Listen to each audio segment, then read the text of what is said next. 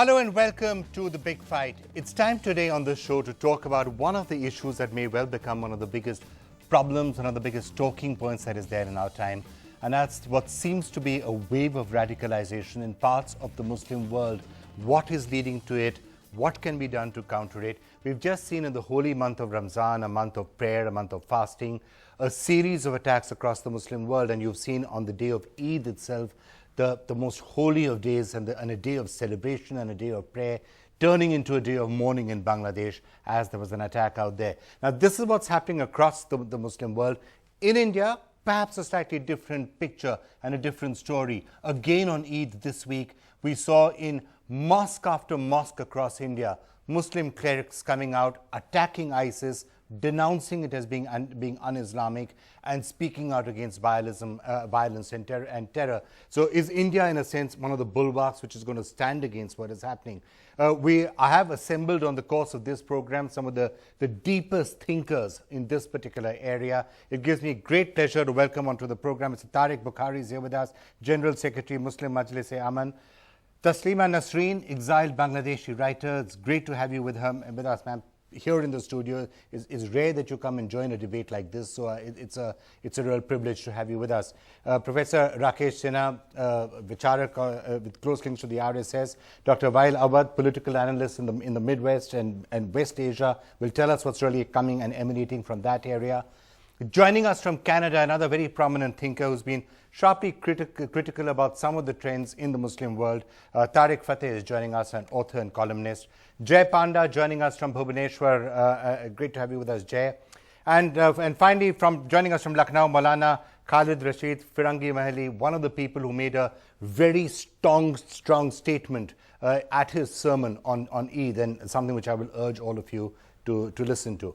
But thank you all so much for joining us. But let me just get started. The wave of radicalization, is it something new? Is it a trend that we are seeing? And is it something that should worry us? Why don't I start with you? To start with, I'm very sorry to say that I would love to answer your question. That's a very important question these days. I'll answer one question only because there is a problem with me. This problem of radicalization in India, alhamdulillah, is not there. So as a nation, we are united.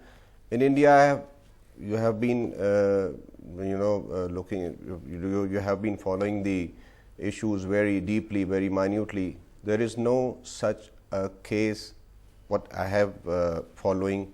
We have not come through a single case of radicalization in India. And so why is India different to other countries? Why is it standing out? Because I think we are very deeply know our religions. As far as India is concerned, we are very well joined to each other. We are very intermingled with each other as far as cultures and religions are concerned. That's the only reason. So after giving this answer, I'm very sorry to say, Mr. Vikram, I can't continue in your show because I can't share the dice with the lady who is standing beside me. I'm very sorry to say, I can't continue. Hang on, wait a minute. But if you have something to say to her, you can. This is the only question. No. Just one remark. I can't continue. You can continue your debate. You have the NDTV has all the right. I think this is the symptom of radicalization. No. This is the rejection of secularism and democracy. Democracy means sharing dice. Television. She has rejected the radical elements. She has not rejected the liberal democratic. Everybody right to invite anybody, but I can't continue. I'm really sorry to say. Let him go. So you are contradicting yourself. I would have loved. Vikram, he is contradicting. Let me just talk to you now. I would have loved to continue in this show. Look, I'm really sorry. Let him go. Can I just talk? Look, we were discussing this. I know you've just walked into the studio and you don't want to share a dice. Let him go, sir. You can tell your supporters, if you're concerned, you can tell them that, I mean, you do not know till right now. The debate will go towards some other way. Excuse me, sir. Please. Either there are other people here as well, if you want to hog the show. If you don't want to sit with her, I would go if you sit there. You are the radical. You are the ones beating up the Whatever you say, Nasreen. it's not radicalization, I'm sorry to say. You are misinterpreting my Absolutely, words. you just You lied. are You misinterpreting. just I lied on can't national stand. television. He has the right to do I that. will be more than happy to continue, but I can't. Let, Sorry, then Mr. go, Vikram, please. I'm leaving. Don't hog Are the you, can you? limelight. Okay. Can I ask you one more question and then you can leave? Please. You want to say something about the global trends before you leave us? Pardon? If you're saying Why? that He India is a just bulwark. lied, sir. Tariq, one sec. Let him leave. He's leaving. I'm just getting one more comment from him. Just a moment. If Yeah. I am leaving, so you can see the debate will go some other way. No, there are others. There are others We on are the panel as discussing, well. not debating. So I don't want to spoil your show. So it's better You I are- leave. you have can already continue with spoiled your it. show, no problem. No, can I? Okay, It's can my I ask choice. you? If Can you I can- ask you for your interpretation of the global trends before you leave us? Is there a wave elsewhere which we are seeing? Bangladesh, Middle East, It Pakistan. is in India, sir. What are you talking But about? Bikram, I have one objection. Tariq, Rakesh, No, please, He is, can he I- is insulting our guest. He is saying that he I'm not that insulting this is- a guest. this is insult I'm of not the- insulting this is a insult guest. of I'm not democracy. insulting the This is not television. Indian culture. This is not Indian culture. This is This is if not- I this is if not- I you are question doing if I something question which if I ISIS question says. and I'm You are not doing questioning something. NDTV You- that for you that are matter. the- Rakesh, one I'm second. not Rakesh, questioning. this is wrong. I'm about to This come is to wrong. Taslima. I'm I about to come to told you Taslima that ji. the debate will Entire go some other country, way. the We are subcontinent, here to discuss. entire I love to country discuss, welcomes not to Taslima debate that. Nasreen.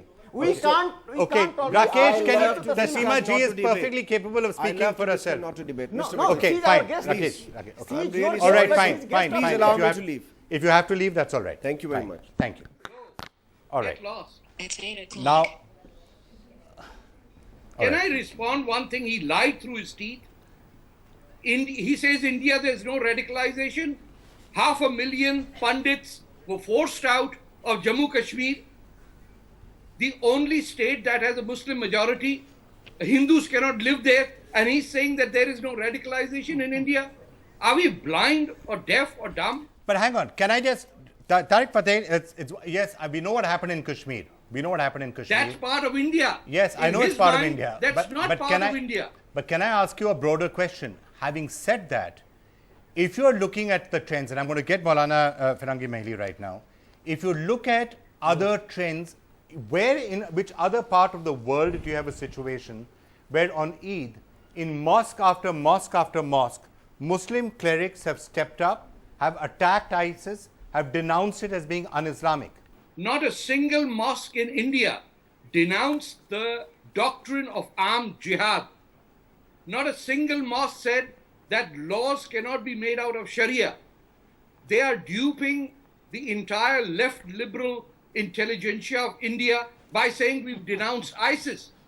The very people who denounce ISIS defend the doctrine which is based on ISIS. Right from the time Prophet Muhammad died, these people who have put politics and Islam together have murdered caliph after caliph after caliph. They wiped out the Prophet's family and stood up and said, oh, we are peace-loving. I will not go what the mullahs say. There's a choice between Mullah Islam and Allah Islam. Okay. Let that be clear. Right, we've heard you. Now, Maulana Rashid Firangi Mehli, let me turn to what you were saying and what you actually said and what I thought was a brilliant sermon there in Lucknow on Eid. What is it that the message that you think you and others are putting forward in India? Because at least we are being able to debate in India the concept of what should happen, what is real Islam, and how Islam is being perhaps hijacked by a particular fringe. See, generally I love to share, come on the debate of your channel, especially of NDTV. Whereas I do not go on each and every channel because in some of the channels they invite guests who use very bad language against the Indian Muslim. And one of the guests is being invited by your channel, that is Mr. Fateh Muhammad or whatever his name is, Tariq Fateh. He is senior to me, he is elder than me, and our religion have taught us not to disrespect or to show disrespect against any individual.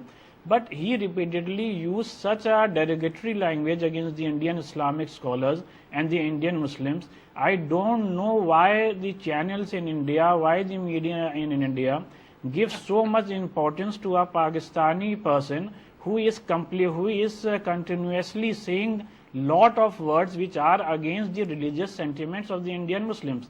As far as the ISIS is concerned, we have very clearly said in our each sermon, and have already said before that also in our Friday sermons, that whatever ISIS is doing is completely against the basic teachings of Islam. As your channel has shown repeatedly, that Islam does not permit, or any religion does not permit, any kind of violence. And I have also said before on your channel that in Quran Allah has very clearly said that killing of one innocent person is equal to the killing of the entire humanity.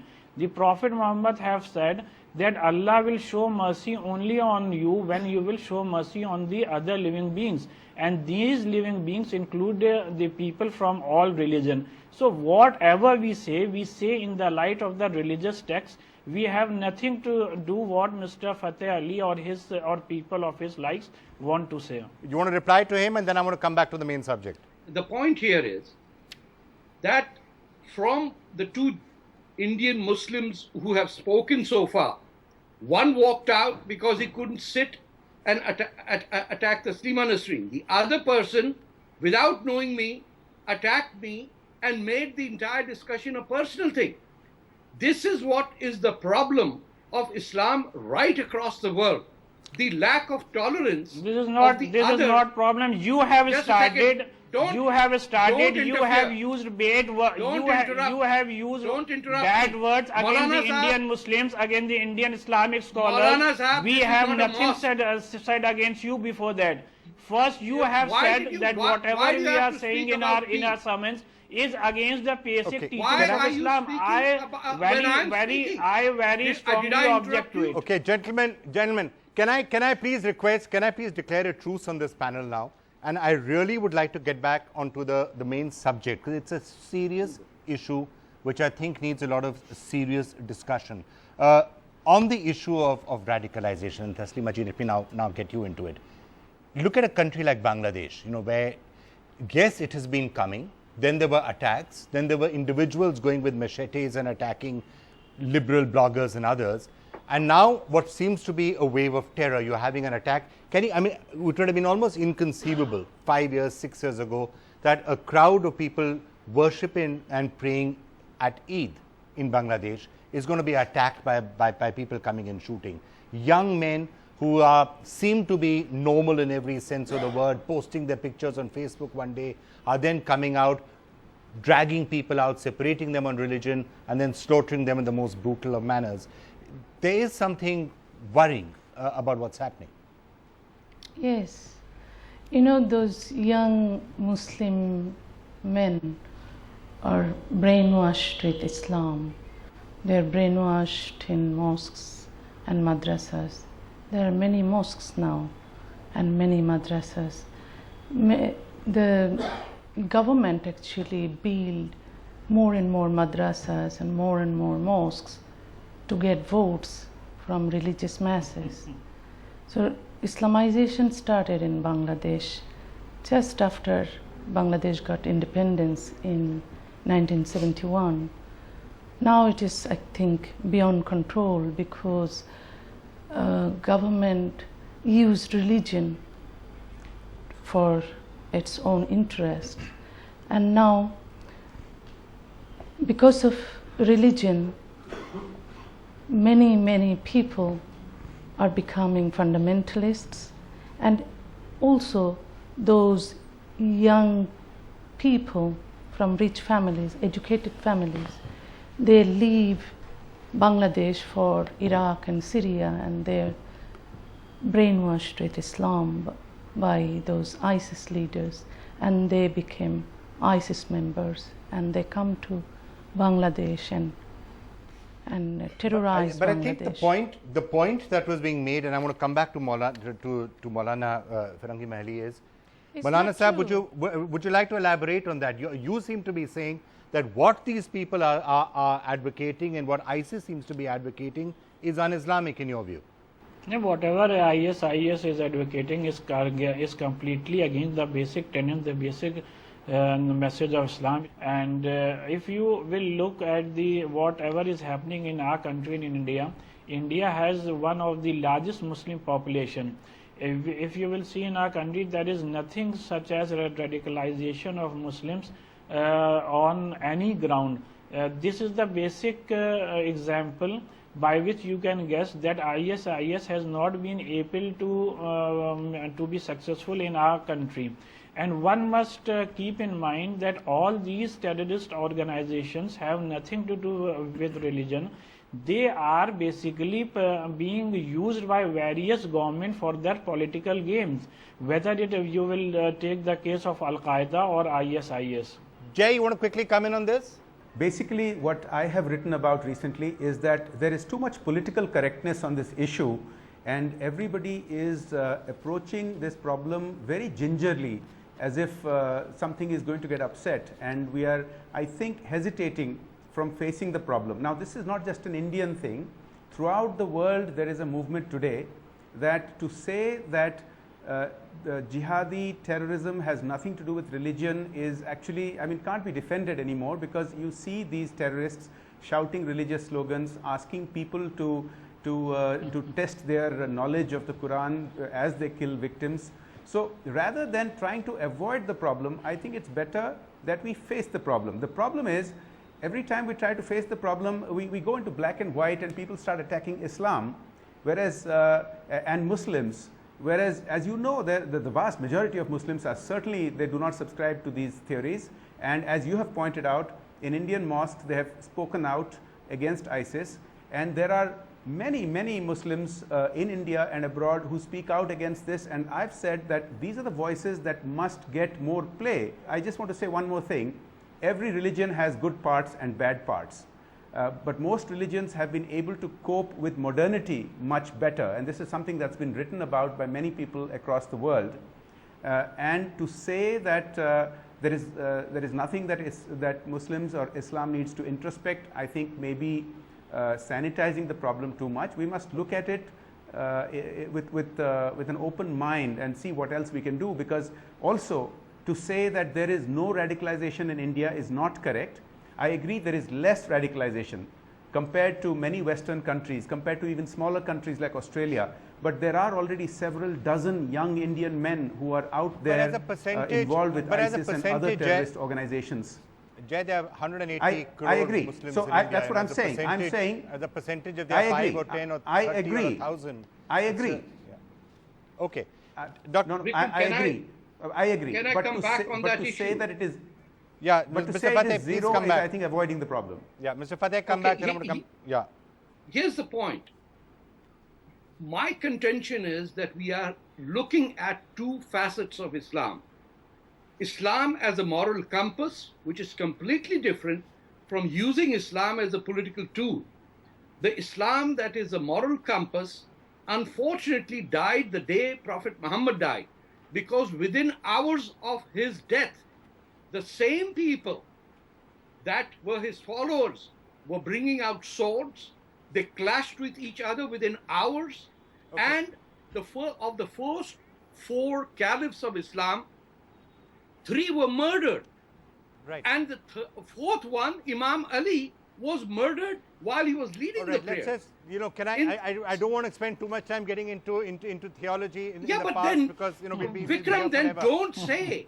Then don't say that this is a new thing.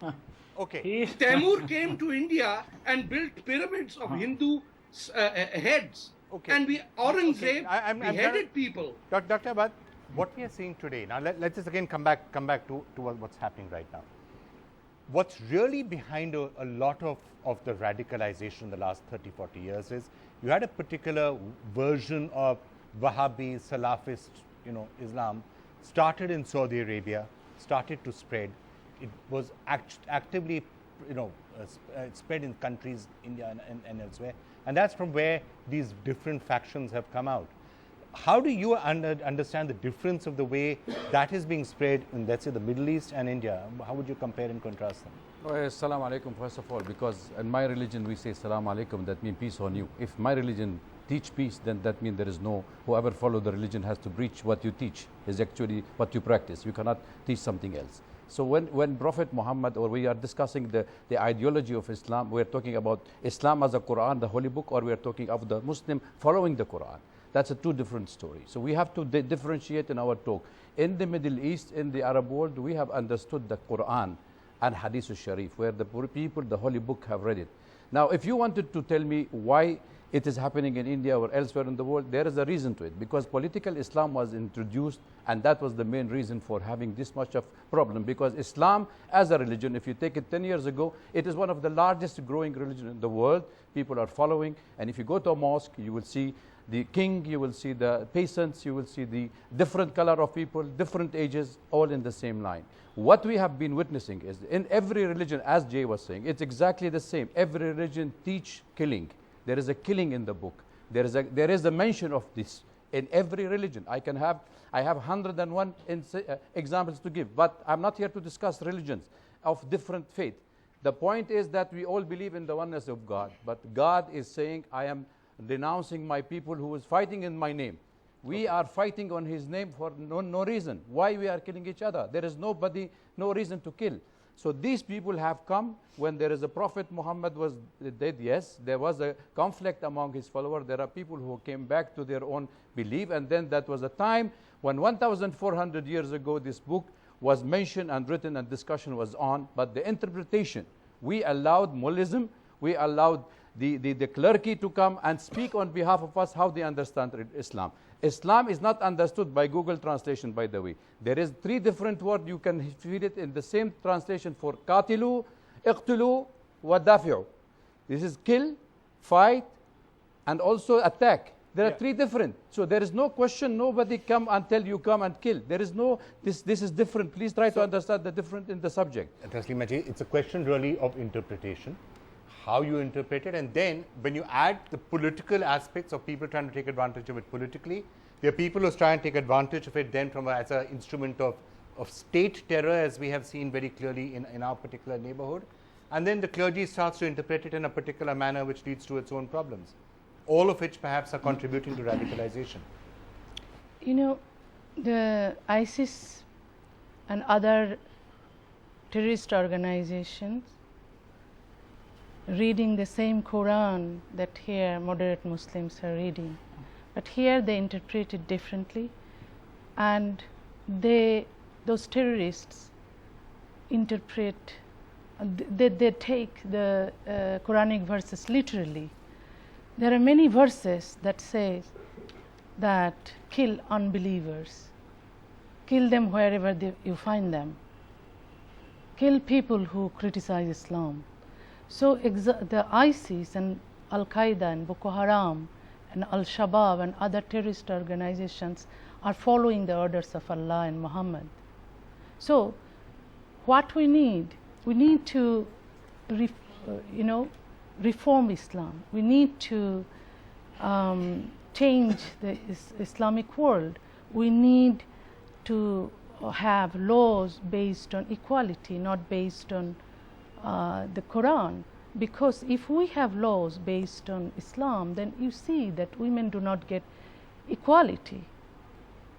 Islam is not compatible with human rights, women's rights, freedom of expression and democracy, and many other religions are not compatible with human rights, women's rights. She is interpreting Islam completely wrong. And Islam has no verse in the Quran give you a license to kill anyone, to kill anyone who criticize Islam or who say anything which is against Islam. There are a number of communities, there are people following various religions living in various Islamic countries, and no government, no Islamic government is killing them. So to say that there is no human rights in Islam, the Prophet Muhammad in his last sermon has said very rightly and has showed and has thrown much light on the basic human rights, and it has been adopted in the UN resolution also. And she is saying that Islam is against humanity and human rights, and Islam has given equal right to both men and women. Okay, But I don't want to Hindus cannot get into be what's happening in Saudi Pakistan. It's irrelevant. It is not an Islamic law that a Hindu cannot become a Saudi nation. It is the law of the Saudi government. It is not the law of the Quran. All right. What about Rakesh, Pakistan? What about Bangladesh? But we are not here. Pakistan In India, Pakistan or there is Bangladesh, Pakistan or Bangladesh is not based on the Islamic thought. They are following the constitution which is not based on the Quran. They have a written constitution. In any case, what Pakistan does is almost irrelevant. Pakistan is hardly a model for any of us to be necessarily following. Rakesh, No, but here's the point. Yeah. Vikram, you have an why Indian is Saudi state. Arabia, Pakistan, There's only or one Indian state. why are these models? That is. Saudi Arabia But is why- certainly not a model for anyone. Why? No, I'm not saying that. But let's not be dishonest.